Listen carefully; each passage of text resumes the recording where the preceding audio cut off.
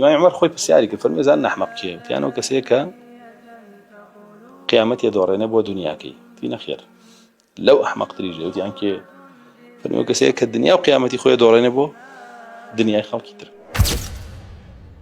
جا بەس ئیترەوەی ئینسان یا هەوا و ئارەزوی خۆیە پەرستێ یا هەوا و ئارەزوی خەڵکی ترە پەرستێ.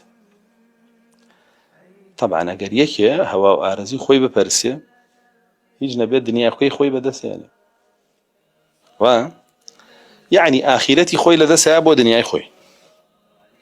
بەس ئەگەر یەکی هەوا و ئارەزوی خەڵکی بپەرستێ دنیا و ئاخیرەتی خۆی لەدەستایە بۆ دنیای خەڵک. بۆیە بە ئیمامی عومەریان فەرموو ئیمامی عومەر خۆی پرسیاری کرد فەرمووی زان نەحمەق کێیە وتیانەوە کەسەیە کە قیامەتی دۆڕێنێ بۆ دنیاکەی تی نەخێر لەو ئەحمەقتری ژێ وتیان کێ فەرمووی کەسەیە کە دنیا و قیامەتی خۆی دۆڕێنێ بۆ دنیای خەڵکی تر کەوێ هەوا و ئارەزوی خەڵکی کە بپەرستی.